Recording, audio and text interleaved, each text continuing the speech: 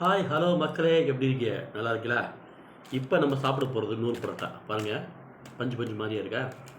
நூல் பரோட்டா ஒன்று அப்படியே பஞ்சு மாதிரி இருக்கு பாருங்கள். இதுக்கு பேர் நூல் பரோட்டா. நூல் பரோட்டாவை இப்போ நம்ம சால்னா ஊற்றி சாப்பிட போகிறோம். அது எப்படி டேஸ்ட் இருக்குன்னு நீங்களே பாருங்கள். நூல் பரோட்டா, இதே நூல் பரோட்டா இப்படி நல்லாக்கா. இந்த நூல் பரோட்டா நம்ம சாப்பிட போகிறோம். என்ன டேஸ்ட் இருக்குன்னு பார்ப்போம். அதுக்காக நம்ம எண்ணெய் கட்டிட்டு வந்துருக்கோம், சாம்பார் கட்டிட்டு வந்துருக்கோம். என்ன சாம்பார்? ஆஹா, என்ன டேஸ்ட்டு! என்ன பண்ண போகிறோம்? சாம்பாரை உடச்சி அதில் ஊற்ற போகிறோம். இதில் நூல் பரோட்டாவை ஊற்ற போகிறோம்.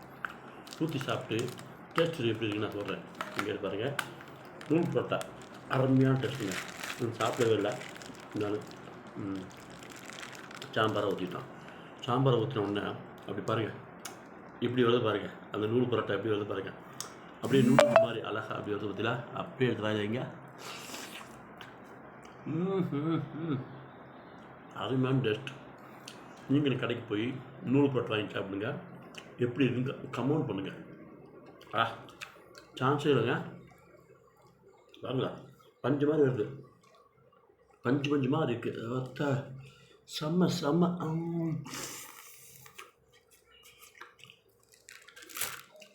பரோட்டா நீங்கள் இந்த மாதிரி சாப்பிட்றீங்களா?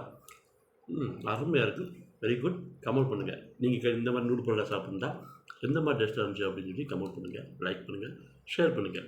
ஹாய்.